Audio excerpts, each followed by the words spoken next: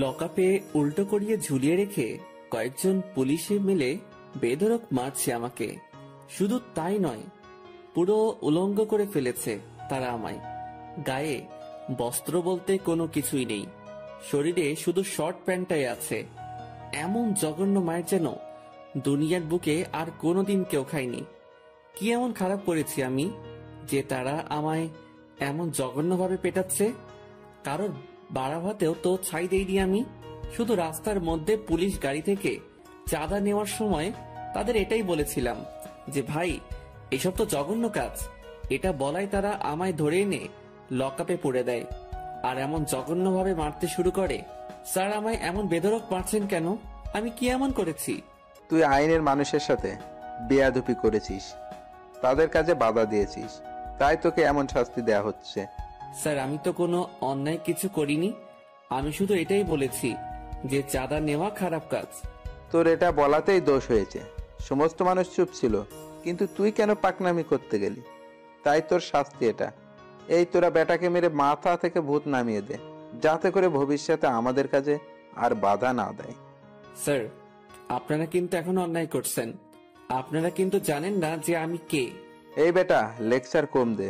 তুই যেই হবি না কেন, তাতে আমাদের বালও ছেড়া যাবে না। আর তোকে দেখেই বোঝা যাচ্ছে যে তুই কোনো ছেঁচড়া পরিবারের ছেলে পেলে। সো যা পারিস করে নিস।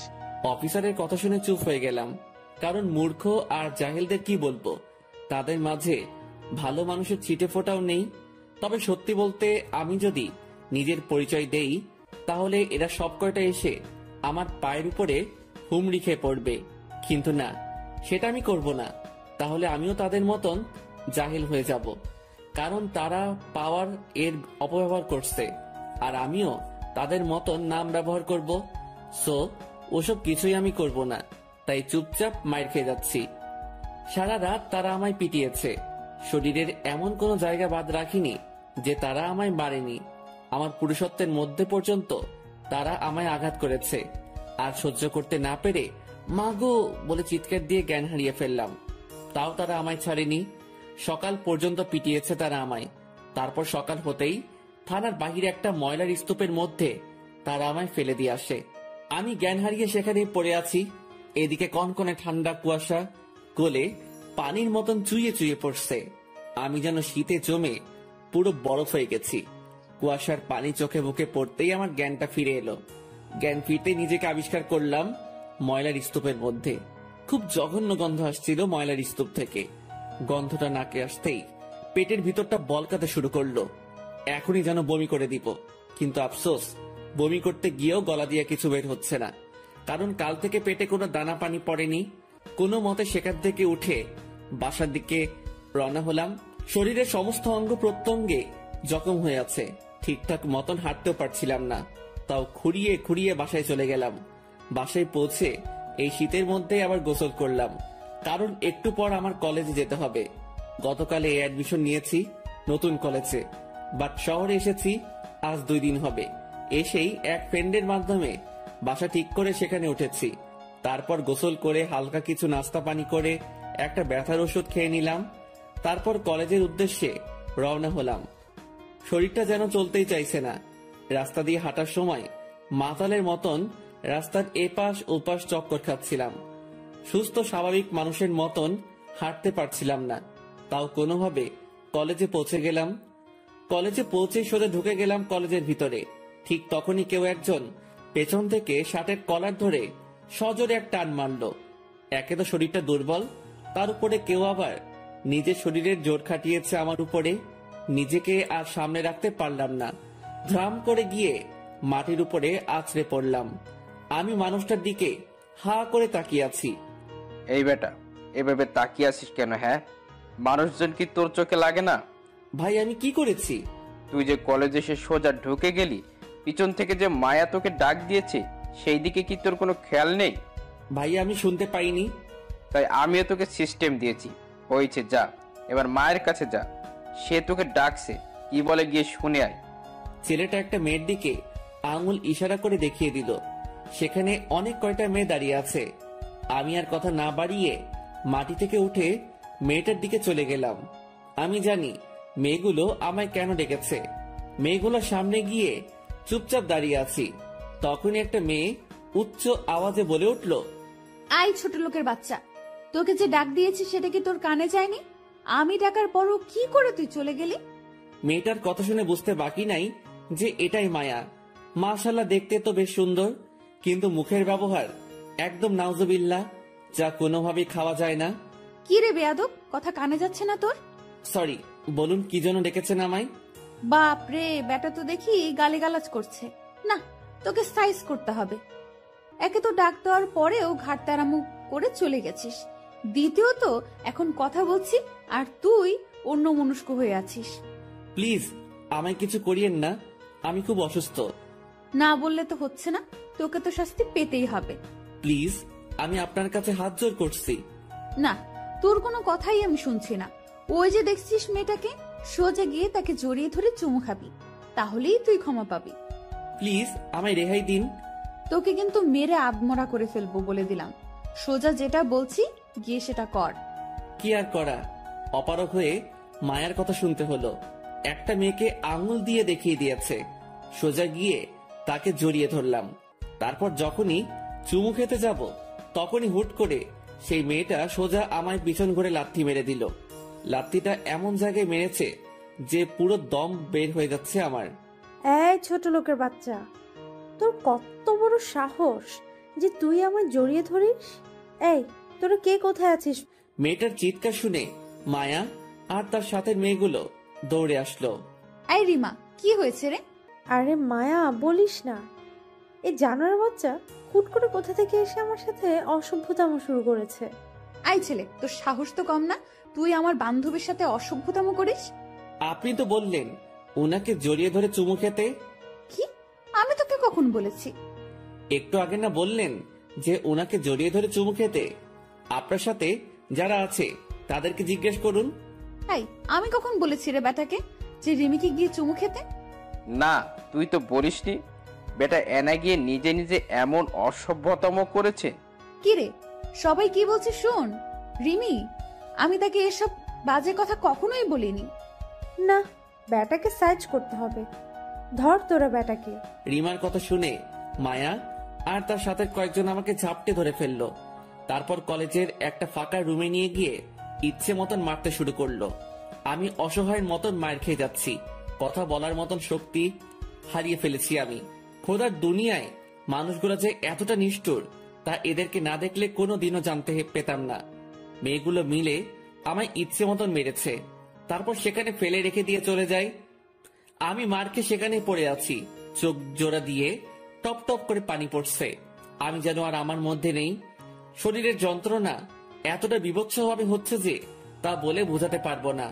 হঠাৎ এই পাশ দিয়ে একটা ছেলে যাচ্ছিল, সে আমায় দেখতে পেয়ে দৌড়ে আসে। ভাই, আপনার কি হয়েছে? আর কে করেছে আপনার এই অবস্থা? মায়া নামের একটা মেয়ে আমায় মেরেছে। ভাই, ওই অহংকারী মেয়ের কথা যে কি আর বলবো। বাপের ক্ষমতা আছে দেখে যার তার উপরে সে ক্ষমতা প্রয়োগ করে। ভাই, আমাকে একটু পানি খাওয়ান, আমার খুব পানির তৃষ্ণা পেয়েছে। আচ্ছা দাঁড়ান, আমার ব্যাগে পানি আছে। সে ব্যাগ থেকে পানি বের করে দিল। আমি সেটা মিনিটের মধ্যে শেষ করে দিলাম। তারপর সেখানে বসে আছি, সে আমায় ধরে বসিয়েছে। ভাই, আপনাকে দেখে নতুন মনে হচ্ছে। হ্যাঁ, আমি নতুন এসেছি এই কলেজে ট্রান্সফার হয়ে। কিসে পড়েন আপনি? অনার্স দ্বিতীয় বর্ষে। তাহলে তো আমার ক্লাসমেট। যাক, তাহলে আর আপনি বলছি না, তুমি করেই বলছি। তারপর ছেলেটার সাথে গল্প শুরু করলাম। তার নাম রাফি। কথা বলতে বলতে দুজনের মধ্যে একটা ভালো বন্ধুত্ব হয়ে গেল। সে আমায় ধরে ধরে ক্লাসে নিয়ে গেল।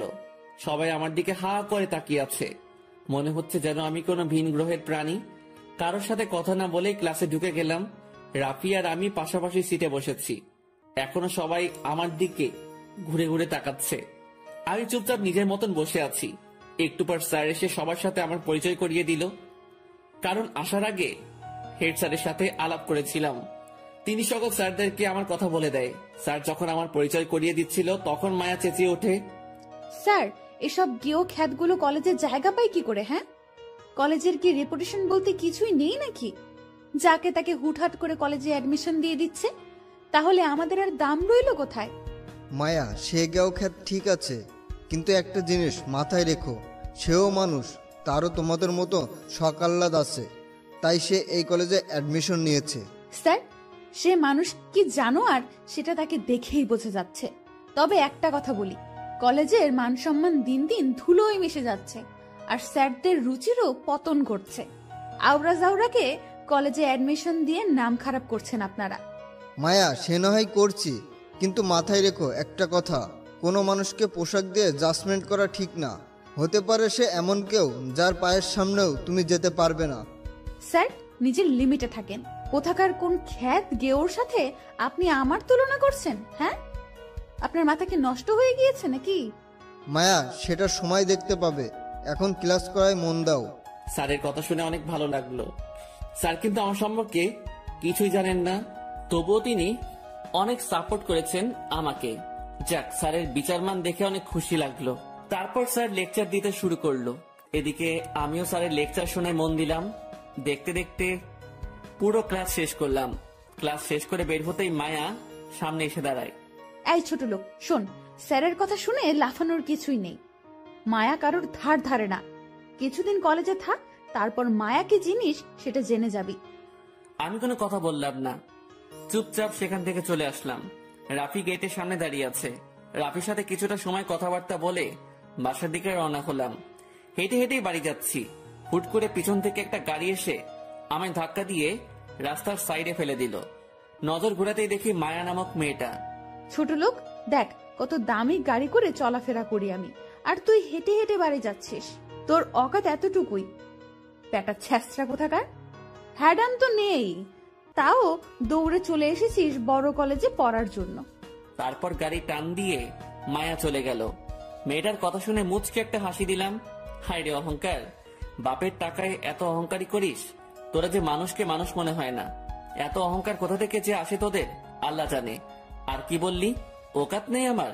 শালার, আমি যেদিন ওকাত দেখাতে শুরু করব সেদিন তোরা সব কয়টা এসে আমার পা চাটবি কুকুরের মতন। ডেমো স্বরূপ একটা খেল দেখাচ্ছি। পকেট থেকে ফোনটা বের করে ড্রাইভারকে বললাম গাড়ি নিয়ে আসতে। এক ফোনে আমার সব কয়টা ড্রাইভার গাড়ি নিয়ে চলে এলো। এক এক গাড়ির জন্য এক এক ড্রাইভার রেখেছি আমি। সবাই এসে রাস্তার ধারে দাঁড়িয়ে আছে। আমি কোনো কথা না বলে ভেনেনোতে উঠে গেলাম। এ যেন দুনিয়ায় চলতি ফিরতি একটা জান্নাত। বেটা আমায় বড়লোকই দেখায়। এই বড়লোকের দুলালি মেয়ে, শুনে রাখ, যেদিন আমি দেমাগ দেখাতে শুরু করব সেদিন মাটি খুঁড়ে নিজেই সেটা নিজে নিজেকে দাফন দিয়ে দিবি। সেদিন শুধু কপালে হাত থেকে আফসোস করবি যে হায় আল্লাহ, কার সাথে ওকাত নিয়ে কথা বলেছিলাম আমি। সেদিনটা বেশি দেরি নয়, আসবে সময় আমার তরে। সেদিন ঘুরবি ভব ঘুরে। সেদিন ওকাত শুধু তুই নয়, দেখবে ওকাত দেশান্তরে। তারপর সেখান থেকে বাড়ি চলে এলাম। বাসায় এসে ফ্রেশ হয়ে খাবার খেয়ে নিলাম। কলেজ থেকে ফেরার পথে খাবার কিনে নিয়ে এসেছিলাম। খাবার খেয়ে বিছানায় গা এলিয়ে দিলাম। শুয়ে শুয়ে ভাবছি এই দুনিয়ার মানুষগুলো কত নিষ্ঠুর। একটু টাকা পয়সার মালিক হলেই নিজের ভিতরে গরিমা নিয়ে আসে। মনে হয় যেন পুরো দুনিয়াটাই তার বাপের কেনা, কিন্তু সে এটা জানে না যে একটা সময় সমস্ত গরিমা তার ধুলোয় মিশে যাবে। শুয়ে শুয়ে এসব ভাবতে ভাবতে ঘুমিয়ে গেলাম। বিকাল বেলায় ঘুম ভাঙলো আম্মুর ফোন পেয়ে। বাবা, কেমন আছিস তুই? আলহামদুলিল্লাহ মা, তুমি কেমন আছো? এই তো বাবা, আছি কোনো রকম। ছেলে মেয়েকে ছাড়া কি ভালো থাকা যায় বল? মা, তোমার ছেলে মানুষ হতে এসেছে। নিজের সন্তানকে ভালো মানুষ হিসেবে দেখতে হলে যে একটু কষ্ট করতেই হবে তোমার। হ্যাঁ রে, সে তো আমি জানি। আচ্ছা, বাদ দে এইসব কথা এখন। আচ্ছা বল, কলেজের প্রথম দিন কেমন কাটলো? ভালোই কেটেছে, তবে এখানেও মা অহংকারে খেলা চলে। তার মানে কেউ তোর সাথে অহংকারী দেখিয়েছে? না মা, তেমন কিছু না। আচ্ছা ছাড়ো ওসব কথা এখন। মা, আমি ফোন রাখলাম, পরে কথা হবে তোমার সাথে। এখন একটু বাইরে যাব ঘুরতে। আচ্ছা, সাবধানে থাকিস বাবা। মায়ের সাথে কথা বলে ফোনটা রেখে দিলাম। এখন একটু বাইরে যাব। শহরটা কেমন সেটা এখনো ঘুরে দেখা হয়নি, তাই শহরটা দেখতে যাব। কিন্তু ভিতরে ভিতরে কেমন যেন একটা অস্থিরতা কাজ করছে, কারণ মা বাবাকে ছেড়ে এই প্রথম এত দূরে এসে থাকছি। যেখানে মায়ের হাত ছাড়া খাবারই খেতাম না, সেখানে এখন একা একটা শহরে বসবাস করছি। তবে যা করেছি ঠিকই করেছি, কারণ আমি মনে করি আরাম আয়েশাতে কখনো পড়ালেখা হয় না, আর হলেও সেটা সবার দ্বারা সম্ভব না। আমিও অসম্ভব কাতারের মানুষ, তাই নিজেকে বানাতে চলে এসেছি। তাছাড়া বাবার কড়া কথাগুলো এখনো মনের মধ্যে বাড়ি খাচ্ছে যে আমি কোনোদিনও মানুষ হতে পারবো না। তাই চ্যালেঞ্জ নিয়ে বেরিয়ে গেলাম ঘর ছেড়ে। যাক, দেখি কপালে কি লিখে আছে আমার। গায়ে শার্ট লাগিয়ে ঘুরতে বের হয়ে গেলাম। শহরের অলি গলি কিছু চিনি না, তাই রাফিকে ফোন করেছি আমায় নিয়ে শহরটা একটু ঘুরিয়ে দেখার জন্য। সে কিছু সময়ের মধ্যে আসবে বলেছে। আমি রেডি হয়ে বসে আছি রাফির অপেক্ষায়। মোটামুটি বেশ ভালোই ছেলেটা। প্রথম দিনই আমার সাথে মিশে গিয়েছে পুরো। অনেকটা সময় বসে আছি, সে এখনো আসছে না। অপেক্ষার প্রহর যেন সব চাইতে বিরক্তিকর একটা জিনিস। কি করব এখনো যে সে আসছে না। না চলেন এই সময়ের মাঝে আমরা পরিচিত হয়ে নেই। আমি আকাশ, বরাবরের মতন আছি আপনাদের সাথে। গল্পের মাঝে তো অনেক কিছুই জেনে নিলেন। তাছাড়া পরিবার বলতে বাবা মা আর একটা 9 বছরের ছোট বোন আছে বাসায়, তাদের ছেড়ে চলে এসেছি। বাকি সমস্ত কিছু গল্পের সাথে থাকলেই জানতে পারবেন। রাফি এখনো আসছে না। আধ ঘন্টা পর সে আমায় ফোন দিল। কে রাফি, কোথায় তুমি? আরে রাস্তায় জ্যাম লেগে গিয়েছিল, তাই একটু লেট হয়ে গেছে। তুমি চলে এসো সিএনজি স্টেশনে। আচ্ছা। তারপর বাসা তালা লাগিয়ে বের হয়ে গেলাম। বের হয়ে সোজা সিএনজি স্টেশনে চলে গেলাম। সেখানে রাফি অপেক্ষা করছে আমার জন্য। সেখানে গিয়ে রাফির সাথে একত্রে হয়ে ঘুরতে চলে গেলাম। শহরের অনেক কয়টা জায়গা ঘুরেছি একদিনে। সবকিছু দেখে আইডিয়া হয়ে গেল যে শহরটা খুব অহংকারী। এই শহরে বাঁচতে হলে টাকা প্লাস পাওয়ার চাই। তবে আমার এসবে কোনো ইন্টারেস্ট নেই। আমি আমার মতো সময় পার করে দিব কোনোভাবে। অনেকটা সময় ঘোরাঘুরি করলাম রাফির সাথে। তারপর রাতে খাবার খেয়ে বাসায় চলে আসলাম। শরীরটা পুরো ক্লান্ত হয়ে আছে। একদিকে ঘোরাঘুরি, অন্যদিকে মায়া আর পুলিশের মাইর, সবকিছু যেন একসাথে এফেক্ট করছে। রাতের বেলায় ভয়ানক একটা জ্বর চলে আসলো। সারা শরীর ছেড়ে দিয়েছে আমার। কি করব বুঝে উঠতে পারছি না। আশেপাশে কেউ নেই যে ডাক দিয়ে বলবো আমায় একটু ওষুধ এনে দিতে। সেইভাবে ঘুমিয়ে পড়লাম। সকালবেলায় ঘুম থেকে উঠে দেখি এখনো সারা শরীরে জ্বর, তবে রাতের তুলনায় একটু কম। এদিকে কলেজের সময় হয়ে এসেছে। তাড়াতাড়ি ফ্রেশ হয়ে কিছু খেয়ে দিয়ে কলেজের উদ্দেশ্যে রওনা হলাম। ইচ্ছে করছিল আজ কলেজে না যেতে, কিন্তু আমি তো যাবই, কারণ এমন জ্বর টরকে পাত্তা দিলে আমার আর মানুষ হওয়া হবে না। আর সংগ্রাম করতে যেহেতু নেমেই পড়েছি, সেখানে এমন টুকিটাকি বাধা আসবেই। সেসব গায়ে মাখলে কোনোদিন আর সাফল্য হাসিল করতে হবে না আমার। কলেজে পৌঁছে গিয়েছি। কলেজের গেট দিয়ে ঢুকবো, তখনই দেখি মায়া কলেজের গেটে দাঁড়িয়ে আছে। আমি তার দিকে না তাকিয়ে সোজা ভিতরে ঢুকে যেতে ধরলাম, কিন্তু সেটা তার সহ্য হলো না। সে আমায় ল্যাং মেরে মাটিতে ফেলে দিল। তাও কিছু বললাম না। মাটি থেকে উঠে সোজা হাঁটা ধরলাম। মায়া তখনই পেছন থেকে ডাক দিল, এই ছোট লোক, তোকে আমি ল্যাং মেরে ফেলে দিলাম, কিন্তু তুই কিছু বললি না যে?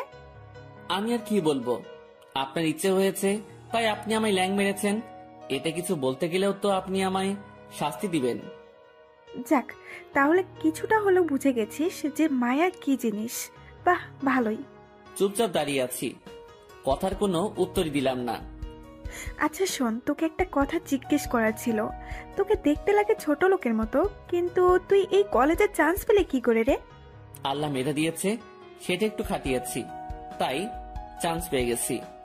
বাহ, কথা তো অনেক বড় বড় বলিস। কিন্তু শোন, কখনো আমার সাথে টক্কর দিতে আসিস না, তাহলে কিন্তু কুকুরের মতো মরবি। না, দিব না। এবার আমি যাই।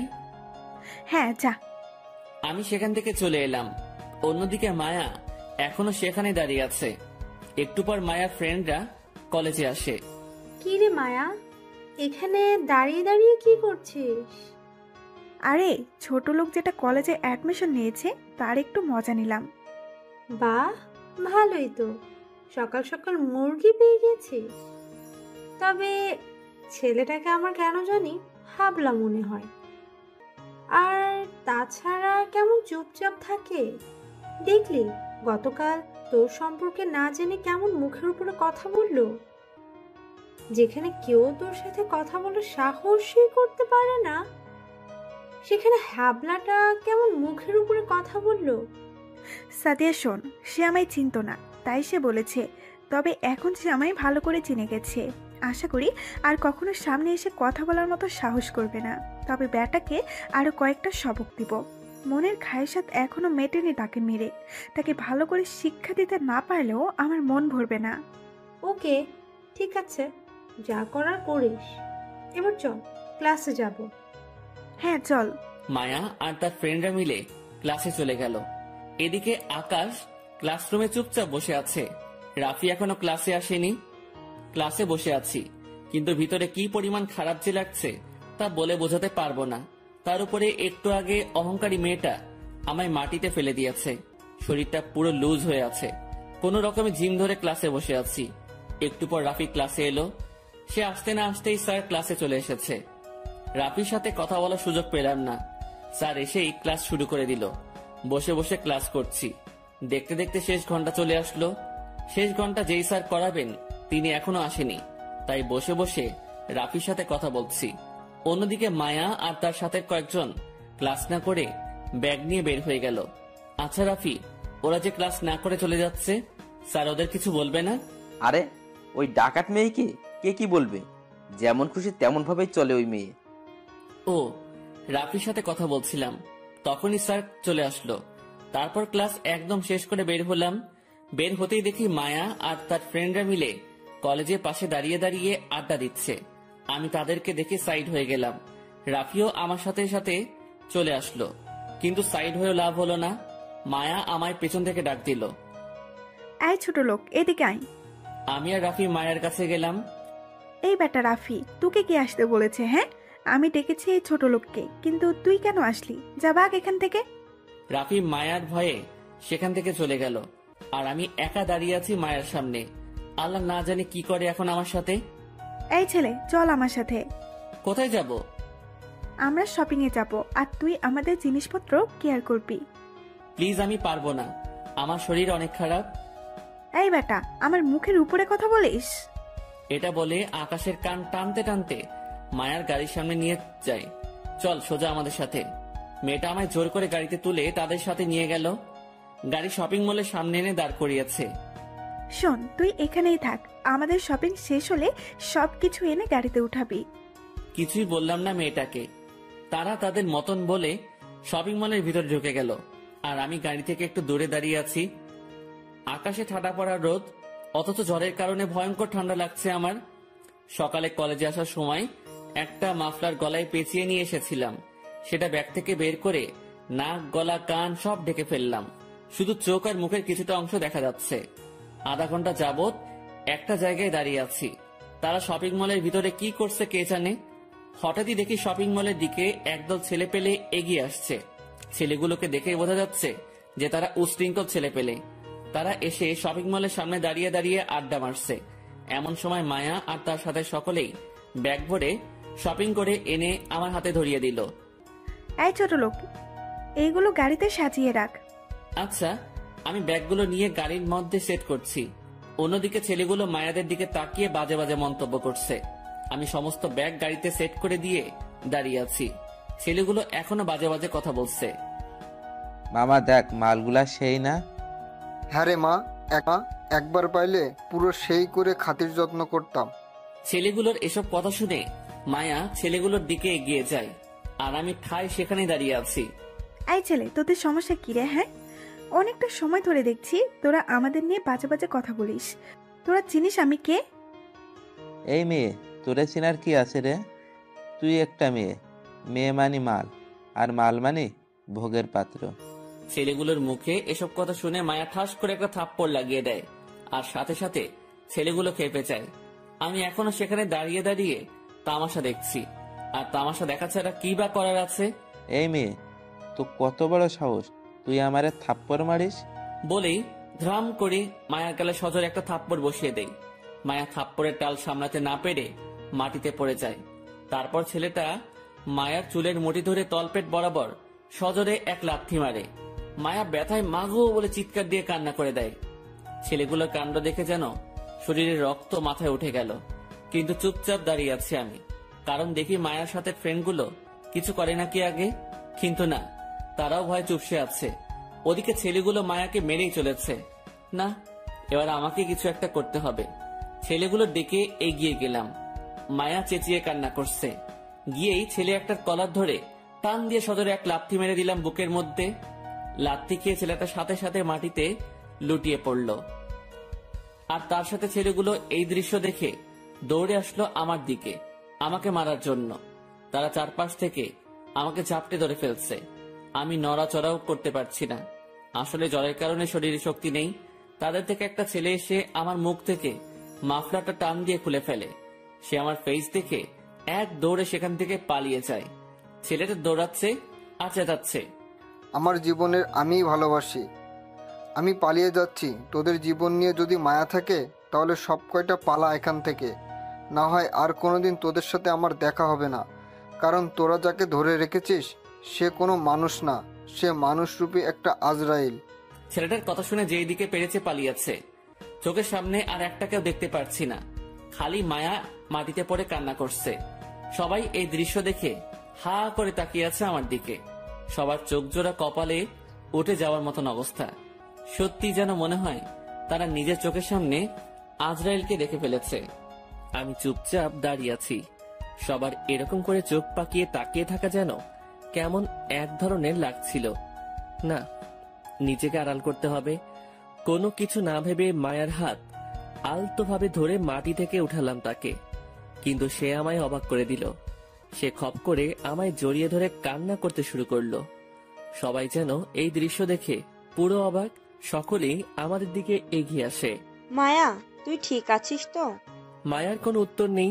সে আমাকে জড়িয়ে ধরে কেঁদেই চলেছে। এই মায়া, কথা বলছিস না কেন তুই? হ্যাঁ, আমার কোনো কথা বলতে ইচ্ছে করছে না। তোরা প্লিজ কিছুটা সময় আমাকে ওর কাছে থাকতে দে। মায়া, কি সব বলছিস তুই? হ্যাঁ, আমি যা বলেছি কানে শুনেছিস তো তোরা? তারপরেও কেন খামোখা প্রশ্ন করছিস?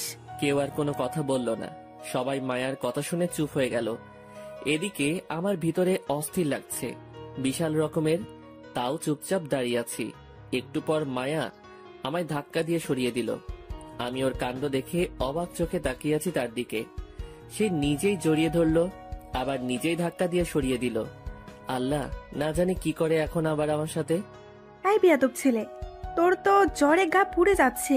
তুই এত জ্বর নিয়ে দাঁড়িয়ে আছিস কি করে? হ্যাঁ, আমি তো আগেই বলেছিলাম যে আমার শরীর খারাপ, কিন্তু তাও আপনি আমার কান টেনে এখানে নিয়ে এসেছেন। তাই বলে কি তুই চুপচাপ থাকবি? হ্যাঁ, একবার মুখ ফুটে তো বলতে পারতিস যে তোর জ্বর উঠেছে, তাহলে তো তোর উপরে আর জোর খাটাতাম না।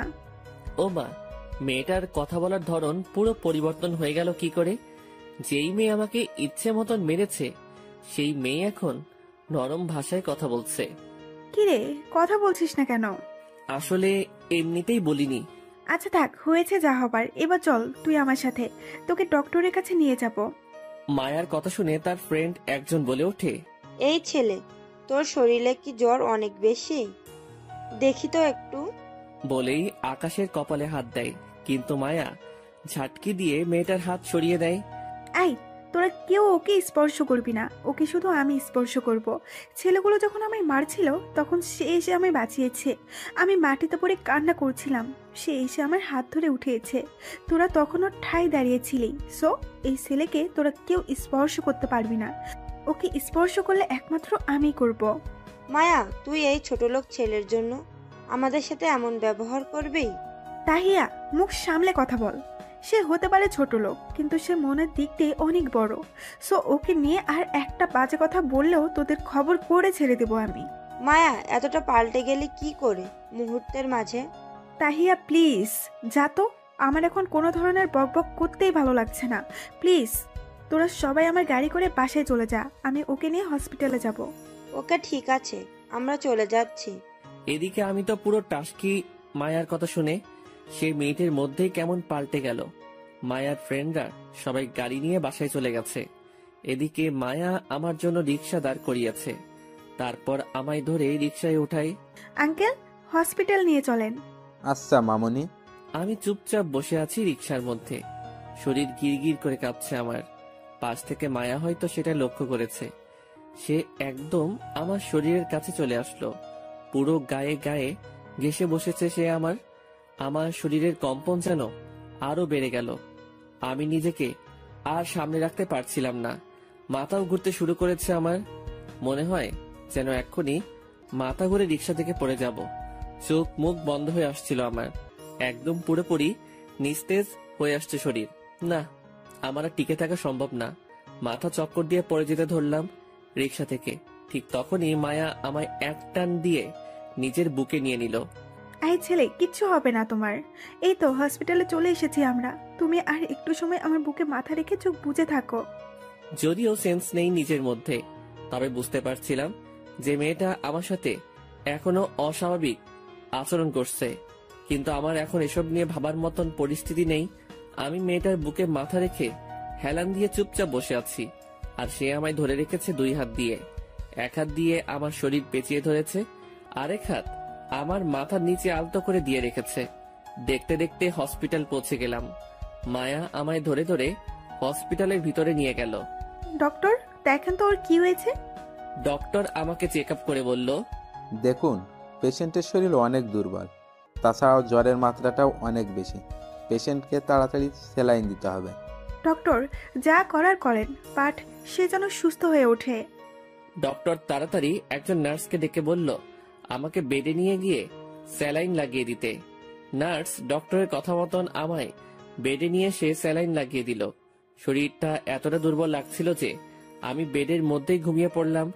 এক ঘুমে সোজা রাত হয়ে গিয়েছে। ঘুম ভাঙতেই দেখি মায়া আমার পাশে বসে আছে। বসে বসে আমার মাথায় হাত বুলিয়ে দিচ্ছে। এত রাত হয়ে গেল, আপনি এখনো বাসায় যাননি? না, কি করে বাসায় যাব তোমায় এইভাবে ফেলে রেখে? মেয়েটার কথা শুনে অবাকের পর অবাকই হচ্ছে খালি। এই তো গতকালই মেয়েটা আমায় মারলো, আর আজ সেই মেয়েই আমার জন্য টেনশন করছে। তোমার কেমন লাগছে এখন? একটু ভালো। যাক, চিন্তা মুক্ত হলাম। তোমার স্যালাইনও শেষ হয়ে এসেছে। দাঁড়াও, ডক্টরের সাথে কথা বলে তোমায় বাসায় পৌঁছে দিয়ে আসছি। আচ্ছা। মেয়েটা ডক্টরের সাথে কথা বলে আমায় পৌঁছে দিয়ে গেল। এই যে ছেলে, কাল কিন্তু কলেজে যাবে না। আগে সুস্থ হও, তারপর কলেজে যাবে। আর ওষুধগুলো কন্টিনিউ করবে।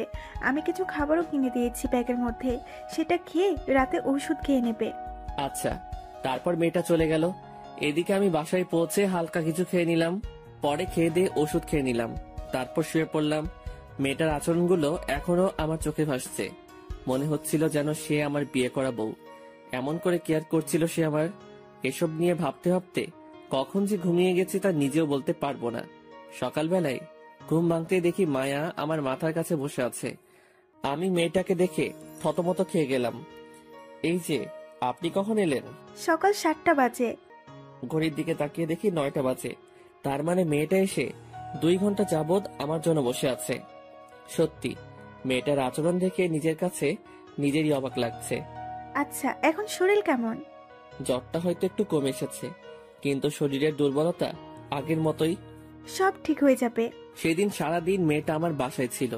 আমায় নিজের হাতে জোর করে খাইয়ে দিয়েছে। মেয়েটার কেয়ার যেন ভিতরটাকে ক্ষত বিক্ষত করে দিচ্ছে আমার। তারপর সন্ধ্যা হতেই সে চলে যায়।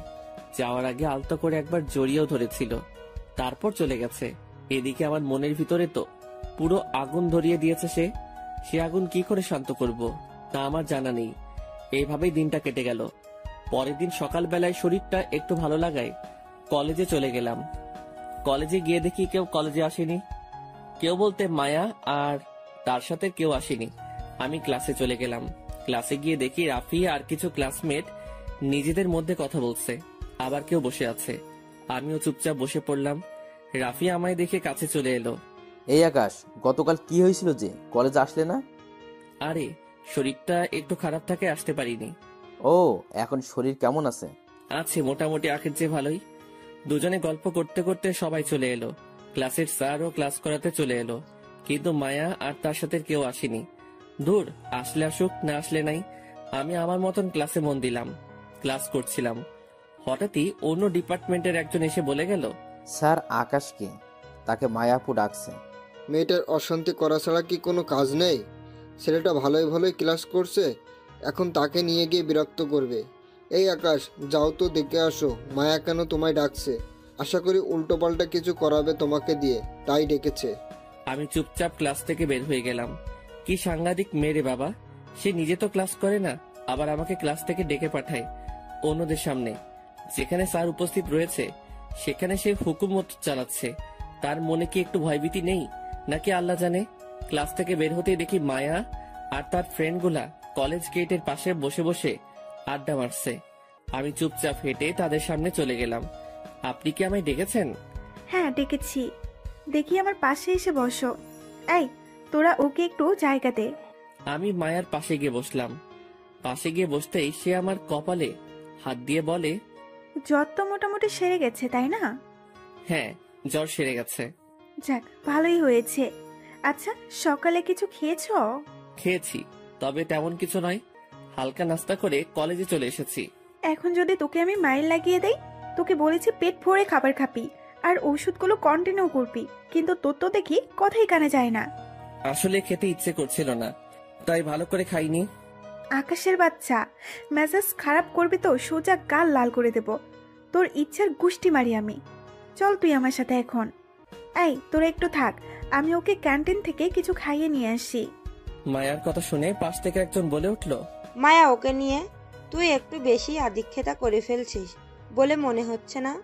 শোন, এইবার বলেছিস তো বলেছিস, কিন্তু দ্বিতীয়বার ওকে নিয়ে একটা বাজে কথা যদি বলিস, তাহলে সেদিনের পর থেকে আমার সাথে তোদের সমস্ত সম্পর্ক শেষ। বাকি সবাইকে নিয়ে বল, বাট ওকে নিয়ে একটা ওয়ার্ডও নয়। আমি তো মায়ার কথা শুনে পুরো থ।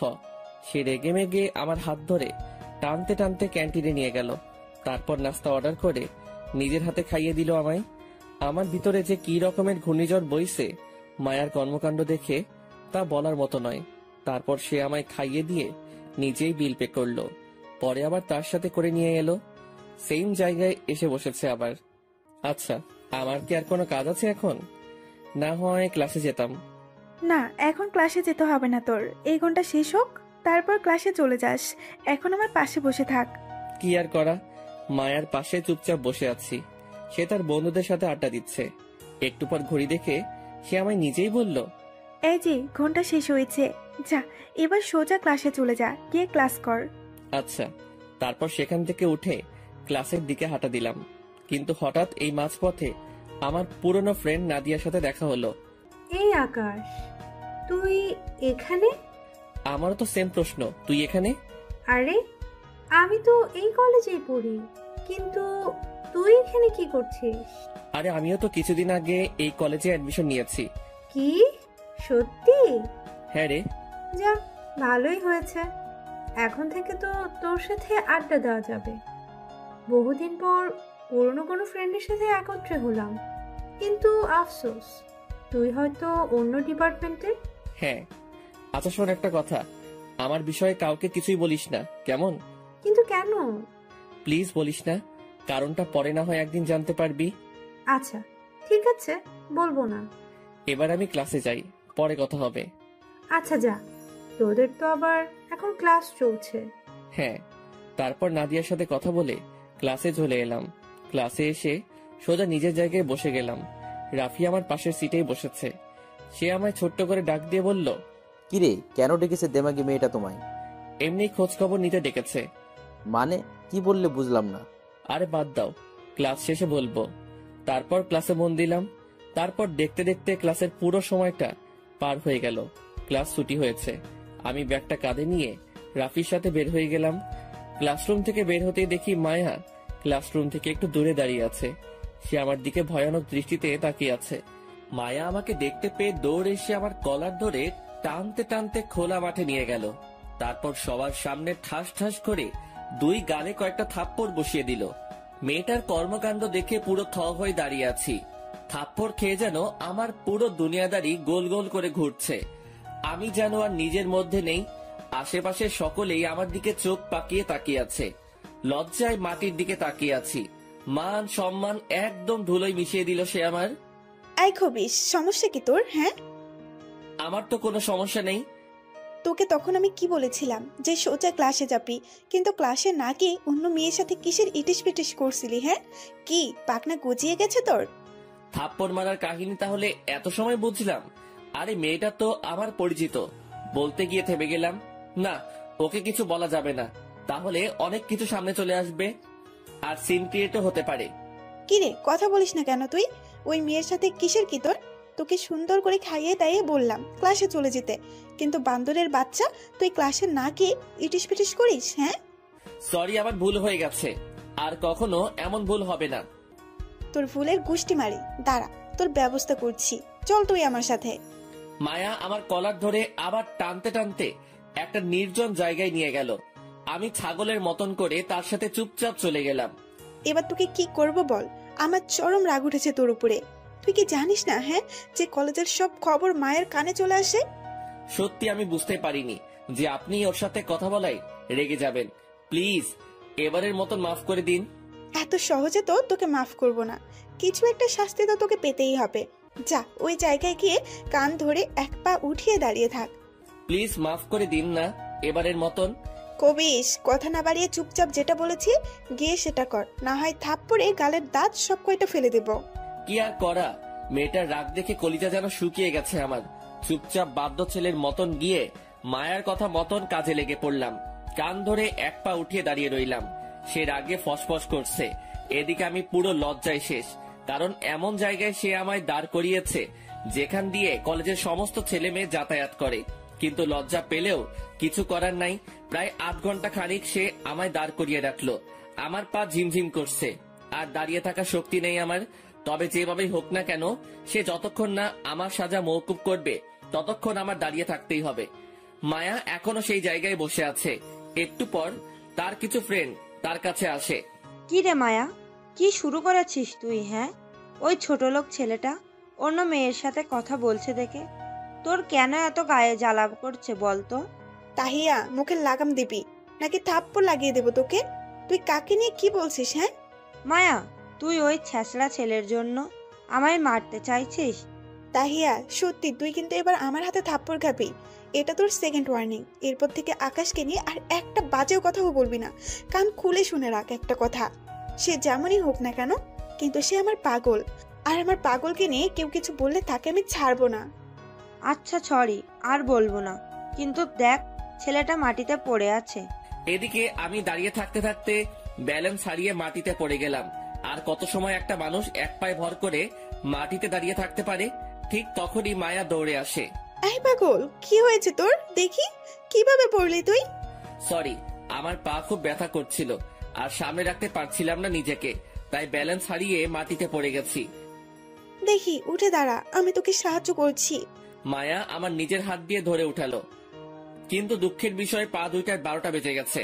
আবারও ধ্রাম করে মাটির উপরে পড়ে গেলাম। আমার এই অবস্থা দেখে মায়াও মাটিতে বসে গেল।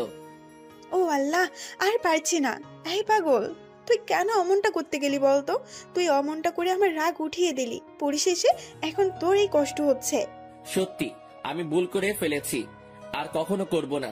আর কখনো করলে কিন্তু একদম জানে মেরে ফেলবো। আসো দেখি, কাছে আসো। বলে এক টান দিয়ে আকাশকে তার কাছে নিয়ে গেল। তারপর জড়িয়ে ধরে পাগলের মতন চুমু খেতে শুরু করলো। মেয়েটার কাণ্ড দেখে পুরো থ হয়ে আছি। কি করছে কি মেয়েটা? সে আমায় সবার সামনে জড়িয়ে ধরে চুমু খাচ্ছে। শোন, তুই আমার পাগল, অন্য কোনো মেয়ের দিকে যেন তোর নজর না যায়। আর শাস্তি দেওয়ার জন্য সরি, খুব কষ্ট হয়েছে তোর, তাই না? এই যে আমি হাতল করে দিলাম, দেখবি সব কষ্ট দূর হয়ে যাবে। মেয়েটার কথা শুনে ভিতরে যেন প্রবল গতিতে তুফান বইছে। সত্যি কি সে আমাকে ভালোবাসে? তার কথার ইঙ্গিত তো সেরকমটাই করছে। না, একটু শিওর হওয়া দরকার। আচ্ছা, একটা কথা বলি আপনাকে। হ্যাঁ বল। আমি কি আপনার কপালে একটা চুমু খেতে পারি? এই পাগল ছেলে, সেটার জন্য কি আবার অনুমতি লাগবে নাকি? হ্যাঁ, তোর যেখানে ইচ্ছে হয় তুই চুমু খা। এবার পুরো থরথর করে কাঁপতে শুরু করলাম। কিন্তু চুমু তো আমি খাবই, কারণ সে আমার মনে জায়গা করে নিয়েছে। দাঁত মুখ খিচে একটা চুমু বসিয়ে দিলাম মায়ার গালে। সে আমায় আরো শক্ত করে জড়িয়ে ধরলো। মায়ার সাথেই সকলেই তো অবাক। এই তোরা কি খেলার মাঠে এভাবে রোমাঞ্চ করবি? আরে ধুর না, আমার পাগলটা একটু চুমু খেতে চেয়েছে আমায়, তাই একটু চুমু খেতে দিয়েছি। ওর চুমু খাওয়া শেষ হলে চল বাড়ি যাব। হ্যাঁ চল। আর পাগল শোন, সোজা বাসায় চলে যাবি গাড়ি করে, রাস্তায় কোনো এদিক ওইদিক করবি না। আচ্ছা। তারপর মায়া তার বান্ধবীদের সাথে চলে গেল। এদিকে আমি রিক্সা নিয়ে সোজা বাসায়। বাসায় এসে রোজের মতন খেয়ে দিয়ে জম্পেশ একটা ঘুম দিলাম। বিকাল বেলায় ঘুম ভাঙলো ফোনের আওয়াজে। বালিশের পাশ থেকে ফোনটা হাতে নিয়ে দেখি অচেনা একটা নাম্বার। আমি ফোনটা রিসিভ করে সালাম দিলাম। এই আকাশ, কি করছিস তুই? কণ্ঠ শুনে বুঝতে পারলাম মায়া ফোন দিয়েছে। আসলে একটু ঘুমিয়েছিলাম, আপনার ফোন পেয়ে ঘুম ভাঙলো। শোন, তাড়াতাড়ি উঠে ফ্রেশ হয়ে কলেজের সামনে চলে আয়। আমি গাড়ি নিয়ে সেখানে ওয়েট করছি। কোনো কাজ আছে কি? সেটা আসলেই দেখতে পারবি, তুই তাড়াতাড়ি আয়। আচ্ছা। ফোনটা রেখে দিয়ে তাড়াতাড়ি রেডি হয়ে কলেজের সামনে চলে গেলাম। সেখানে গিয়ে দেখি মায়া গাড়ি নিয়ে দাঁড়িয়ে আছে। আয়, গাড়িতে ওঠ। আমি চুপচাপ গাড়িতে উঠে বসলাম। সে আমাকে ড্রাইভ করে নিয়ে গিয়ে শপিং মলের সামনে দাঁড় করালো। চল ভেতরে চল, তোর জন্য কিছু কেনাকাটা করব। আরে আমার কিছু লাগবে না। বেশি বক বক করিস না, সোজা ভেতরে চল। আচ্ছা, কি আর করা। সে আমায় জোর করে শপিং মলে নিয়ে গেল। তারপর অনেক কয়টা শার্ট প্যান্ট কিনে দিল। কেনাকাটা শেষ করে রেস্টুরেন্টেও নিয়ে গেল খাওয়ার জন্য। রাত বাজে 9টা। খাওয়া দাওয়া শেষ করে বাড়ি ফিরবো, তখনই হঠাৎ মাঝপথে ছিনতাইকারী আমাদের গাড়ি আটকায়। তারা মায়ার কাছ থেকে ব্যাগ কেড়ে নিতে চায়। মায়াও জোরাজোরি শুরু করে। সে কোনো মতেই তার ব্যাগ দিবে না। আমি গাড়ি থেকে নেমে তাদের আটকাতে গেলে পিছন থেকে কেউ একজন আমার পেটে ছুরি মেরে দেয়। তারপর তারা মায়ার ব্যাগ নিয়ে সেখান থেকে পালিয়ে যায়, আর আমি সাথে সাথে মাটিতে লুটে পড়লাম। এরপর আর কিছু মনে নেই। 3 দিন পর আমার জ্ঞান ফিরে। জ্ঞান ফেরার পর নিজেকে আবিষ্কার করলাম হসপিটালের বেডের মধ্যে। পাশ থেকে মায়া বসে ফুপিয়ে ফুপিয়ে কান্না করছে। সে আমার জ্ঞান ফিরেছে দেখতে পেয়ে, আয়, তুই ঠিক আছিস তো? হ্যাঁ ঠিক আছি, কিন্তু আপনি এভাবে কান্না করছেন কেন? কান্না করবো না তো কি করব? হ্যাঁ, আজ 3 দিন পর তোর জ্ঞান ফিরেছে। মায়ার কথা শুনে থতমত খেয়ে গেলাম। কি বলছে? আমার 3 দিন পর জ্ঞান ফিরেছে? ইন্না লিল্লাহ। তার মানে আজ 3 দিন ধরে মেয়েটা আমার সাথে হসপিটালে। ও আল্লাহ, রক্ষা করো তুমি। আমার মাথা পুরো জ্যাম খেয়ে গেছে মেয়েটার কথা শুনে। প্লিজ আপনি শান্ত হন। আমি ঠিক আছি, আমার কিছুই হয়নি। তোর কত বড় চোট লেগেছে, তাও বলছিস তোর কিছু হয়নি? বান্দর ছেলে কোথাকার। আমার সত্যি কিছু হয়নি, একদম ঠিক আছি আমি। তাও মেয়েটা কান্না করে যাচ্ছে। অনেক কষ্টে বুঝিয়ে শুনিয়ে কান্না থামালাম। এভাবে আরো 2 দিন কেটে গেল হসপিটালে। মেয়েটার সেবা যত্ন দেখে মনের ভিতরে একদম পাকাপোক্ত জায়গা করে নিয়েছে সে আমার দেখাশোনায় কোনো রকমে কমতি রাখিনি। সেদিন রাতে তার কিছু ফ্রেন্ড আমায় দেখতে আসে হসপিটালে। তারা দেখে অনেকটা আফসোস করে। মায়া থাক তুই, আমরা চলে যাচ্ছি, পরে আবার সময় করে আসবো নে। আচ্ছা চল, তোদের এগিয়ে দিয়ে আসি। আকাশ, তুমি শুয়ে থাকো, আমি তাদেরকে এগিয়ে দিয়ে আসি। আচ্ছা। মায়া তাদের এগিয়ে দিতে গেছে, আর আমি বেডের মধ্যে শুয়ে আছি। এভাবে ঘন্টাখানিক হয়ে গেছে, কিন্তু মায়া এখনো আসছে না। কিরে, মেয়েটা এখনো আসছে না কেন? এত সময় হয়ে গেল, তার তো এসে যাওয়ার কথা। সেই রাতে মায়া আর ফিরে আসলো না। মনের ভিতরে ভয় কাজ করতে শুরু করলো মায়ার জন্য। আল্লাহ জানে মেয়েটা না বলে কোথায় চলে গিয়েছে। তাও অপেক্ষা করতে লাগলাম। এভাবে আরো 2 দিন হয়ে গেল হসপিটালে, কিন্তু মায়া সেই যে গেছে, আর ফিরে আসেনি। না, এবার যেন টেনশনের মাত্রা আরো বেড়ে গেল। হসপিটাল থেকে রিলিজ নিয়ে এই অসুস্থ শরীরেই মায়াকে খুঁজতে বের হয়ে গেলাম, কিন্তু কোথাও পেলাম না তাকে। চারদিকে খোঁজ লাগিয়েছে মায়ার, কিন্তু কেউ কোনো তথ্য দিতে পারলো না। তবে একজন বলল তাকে নাকি ডান্স বারে দেখে এসেছে একটু আগে। তাড়াতাড়ি ডান্স বারের ঠিকানা নিয়ে সেখানে চলে গেলাম, কিন্তু সেখানে গিয়েও পেলাম না। নিরাশ হয়ে বাসার দিকে ফিরে আসতে ধরলাম, কিন্তু হঠাৎ এই মাঝপথে মায়ার গাড়ি দেখতে পেলাম। মায়া আর তার কিছু ফ্রেন্ড পথের সাইডে গাড়ি দাঁড় করিয়ে আড্ডা মারছে। তাড়াতাড়ি মায়ার কাছে চলে গেলাম। গিয়ে দেখি মায়া হেসে হেসে আড্ডা মারছে। এই মায়া, আপনি আমায় হসপিটালে ফেলে রেখে কোথায় হারিয়ে গেলেন? আয়, তুই এখানে কি করিস? হ্যাঁ, আপনার খোঁজ করতে এসেছি। আপনি কি কাজটা ঠিক করলেন? আপনি আমায় হসপিটালে এভাবে ফেলে রেখে চলে আসলেন। ভালোবাসার মানুষকে কি এইভাবে কেউ ফেলে রেখে চলে আসে? আয় বেয়াদব, তোর মাথাটা কি খারাপ হয়ে গেছে নাকি? হ্যাঁ, যে তোকে নিয়ে সারাদিন আমি পড়ে থাকতে হবে? মায়া পড়ে থাকতে হবে না ঠিক, কিন্তু এভাবে ফেলে রাখলেও চলবে না, কারণ ভালোবাসার মানুষটাকে সব সময় আগলে রাখতে হয়। আয় ছোট লোক, কোন ছাতার ভালোবাসার কথা বলছিস? হ্যাঁ, আর তোকে কে ভালোবাসে? এভাবে বলছেন কেন? আপনি না আমায় ভালোবাসেন? ফালতু আলাপ একদম কমিয়ে কর। তোকে কোনো ভালো টালো বাসি না আমি। যে ছেলে নিজের রক্ষা নিজেই করতে পারে না, সে আবার আমার রক্ষা কিভাবে করবে?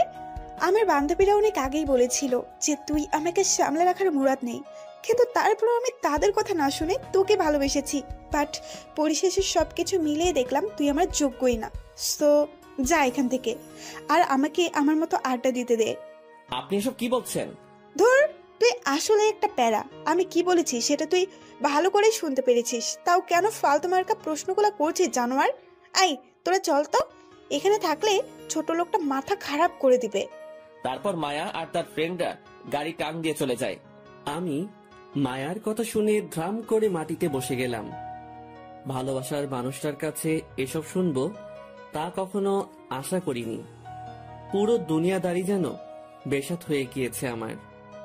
মাটির উপরে বসে চোখের পানি ছেড়ে অঝরে কান্না করতে শুরু করলাম।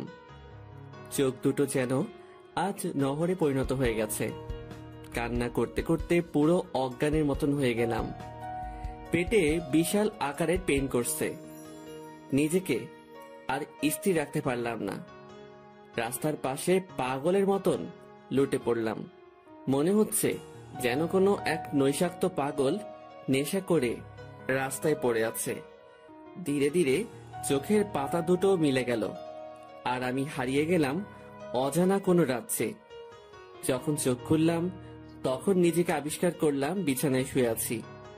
আশেপাশে অনেক মানুষ গমগম করছে। ভাই, আপনি ঠিক আছেন তো? হঠাৎ কি হয়েছিল যে আপনি পথের মাঝে পড়েছিলেন? পরে আমরা আপনাকে ধরে মামার দোকানে নিয়ে আসলাম। আপনি এখন তার দোকানে শুয়ে আছেন। লোকটার কথা শুনে মায়ার কথা মনে পড়ল। মায়া আমায় ছেড়ে চলে গিয়েছিল। পরে আমি রোডের মাঝেই অজ্ঞান হয়ে পড়ি। কি হলো ভাই, কথা বলছেন না যে? আপনি ঠিক আছেন তো? হ্যাঁ ভাই, আমি ঠিক আছি। আর ধন্যবাদ আমাকে সাহায্য করার জন্য। ধন্যবাদ দেওয়ার কিছুই নেই। আমাদের দায়িত্ব ছিল আপনার পাশে দাঁড়ানো, আর আমরা সেটাই করছি। লোকগুলো সত্যি অনেক ভালো। তাদের সাথে কথাবার্তা বলে সেখান থেকে চলে এলাম। অনেক রাত হয়ে গিয়েছে। এই অসুস্থ শরীর নিয়েই বাসায় ফিরে গেলাম। লোকগুলো আমায় অনেকটা পথ এগিয়ে দিয়ে গেল। আমি বাসায় এসে সেভাবে শুয়ে পড়লাম। শুয়ে শুয়ে মায়ার কথা ভাবছি। মেয়েটা হুট করে আমার সাথে এমন পোল্টি খেলো কেন? সবকিছু তো ঠিকঠাকই ছিল না। আমার মনে হয় তার বান্ধবীরা কান পরিয়েছে তাকে, তাই সে এমন ধারা আচরণ করছে। না, কালকে যেভাবেই হোক কলেজে গিয়ে মায়ার সাথে কথা বলবো, তারপর সব ঠিক করে নিব আগের মতন। পরের দিন সকালবেলা ঘুম থেকে উঠে ফ্রেশ হয়ে নিলাম, তারপর কলেজে চলে গেলাম। আজ কোনে ব্যাগ ট্যাগ নেইনি, কারণ আজ ক্লাস করব না। মায়ার সাথে কথা বলেই বাড়িতে চলে আসব। কলেজে গিয়ে দেখি মায়া তার বন্ধুদের সাথে আড্ডা দিচ্ছে। আমি তার কাছে এগিয়ে গেলাম। আপনার সাথে আমার একটু কথা ছিল। ছোট লোক, তুই আবার আমার সামনে এসেছিস? তোর কপালে শনি ঘুরাচ্ছে কিন্তু। আপনি এমন করছেন কেন? প্লিজ আমার সাথে ঠিক করে কথা বলেন না। না, তোর মতো ছোট লোকের সাথে কোনো কথাই নেই, আর তাছাড়া তোর কোনো যোগ্যতাই নেই আমার সাথে কথা বলার। সো চললাম আমি এবার। খপ করে মায়ার হাত ধরে ফেললাম। প্লিজ আপনি এমন করিয়েন না। আমি আপনাকে খুব বেশি ভালোবাসি। আমি আপনাকে ছাড়া থাকতে পারবো না। জানোয়ারের বাচ্চা, তোর কত বড় সাহস যে তুই আমার হাত ধরেছিস? কি মনে করেছিস তুই, হ্যাঁ, যে তোর সাথে একটু ভালো করে কথাবার্তা বলেছি দেখে তোকে ভালোবাসি আমি? যদি এমনটা ভাবিস তাহলে ভুল করবি তুই, কারণ তোর যোগ্যতাই নেই আমার সাথে কথা বলার। সেখানে তোর রিলেশন করা অনেক পরের কথা। জানোয়ার, নিজের চেহারা একবার আয়নায় দেখেছিস তুই ভালো করে? দেখতে লাগে পুরো ছোট লোকের মতো। মনে হয় যেন জমিন থেকে হাল চাষ করে উঠে এসেছিস, আর তুই চলে এসেছিস আমায় ভালোবাসতে। আমার উপকার করাই একটু ভালো ব্যবহার করেছি দেখে সেটাকে তুই ভালোবাসা মনে করে বসেছিস? হ্যাঁ, আমি জানি আপনি আমায় ভালোবাসেন। কোনো কারণে হয়তো আপনি আমার উপরে রাগ করে এমন ব্যবহার করছেন। প্লিজ এমন করিয়েন না। আসলেই তোর লজ্জা শরম নেই। আশেপাশে সবাই তোর দিকে তাকিয়ে আছে, তাও তুই ভালোবাসা ভালোবাসা করে যাচ্ছিস। দাঁড়া, তোর ভেতর থেকে ভালোবাসার ভূত বের করছি, একটু ওয়েট কর। নিলয়দের ফোন লাগাচ্ছি। মায়া পকেট থেকে ফোনটা বের করে নিলয় না কাকে যেন ফোন দেয়, আর আমি অসহায়ের মতন দাঁড়িয়ে আছি। আয় নিলয়, কোথায় রে তোরা? তাড়াতাড়ি একটু আয় তো কলেজের মাঠে। বদমাইশ একটা অনেক বেড়েছে, তাকে একটু টাইট দিতে হবে। মায়া ফোন করার মিনিট কয়েকের মধ্যেই নিলয় না কে সে চলে আসে, সাথে আরো অনেক ছেলে পেলে। তারা আমায় কলার ধরে টানতে টানতে সেদিনের রুমটাতে নিয়ে যায়, যেখানে মায়া আর তার ফ্রেন্ডরা মিলে আমায় মেরেছিল। সেখানে নিয়ে ইচ্ছে মতন মারতে শুরু করে সবাই মিলে আমায়। তাদের সাথে মিলে মায়াও আমার গায়ে অনেক কয়েকটা হিট করে। আমি মরার মতন মাটিতে পড়ে পড়ে মার খাচ্ছি, কিন্তু তাদের মনে কোনো মায়া দয়া নেই। তারা আমায় পাষাণের মতন মেরেই চলেছে। এক পর্যায়ে গিয়ে মায়া আমার তলপেট বরাবর সজোরে এক লাথি মারে। সাথে সাথে মাগো বলে চিৎকার করে উঠলাম। আমার দুনিয়াদারি যেন অন্ধকার হয়ে আসছে পুরো। মায়া আমার ক্ষত স্থানটাতেই লাথি মেরেছে, তাও তাদের রেশ মেটেনি, এখনো মারছে তারা আমার। এদিকে আমার তলপেট থেকে ব্লিডিং চালু হয়ে গেছে। অন্যদিকে হঠাৎই মায়ার ফ্রেন্ড তাহিয়া মায়াকে টেনে ধরে। এই মায়া, ওকে আর মারিস না, ছেলেটার পেট থেকে অনেক ব্লিডিং হচ্ছে, প্লিজ ওকে ছেড়ে দে, না হয় মরে যাবে ছেলেটা। না, আজ ওকে জন্মের শিক্ষা দিয়েই ছাড়বো। নিজের লেভেল ছাড়া ভালোবাসতে আসে কেন? কোনো যোগ্যতা তার আছে যে সে আমায় এসে ভালোবাসার কথা বলে? আমার পায়ের সামনেও আসতে পারবে নাকি সে? আমার বাবা কোথায় থানার ওসি, আর সে হচ্ছে কোনো এক ছোট লোক ঘরের সন্তান। সে আসে আমায় ভালোবাসতে। মায়া প্লিজ ছেড়ে দে। আচ্ছা যা, তোর কথাই ছেড়ে দিলাম। আই নিলয়, তোরা চলে যা। আচ্ছা আপু। সবাই আমায় মেরে ধরে চলে গেল, আর আমি চুপচাপ মাটিতে শুয়ে শুয়ে ব্যথায় কাতরাচ্ছি। হায় রে দুনিয়া, যে মেয়েকে একে একে 2 বার বাঁচালাম, সেই মেয়েই আজ আমায় পাষাণের মতন করে পিটিয়ে ফেলে রেখে দিয়ে যায়। তবে সমস্যা নেই, উপরওয়ালার বিচার তিনি ঠিক সময় মতন করে দিবেন। মরার মতন পড়ে আছি ফ্লোরের উপরে।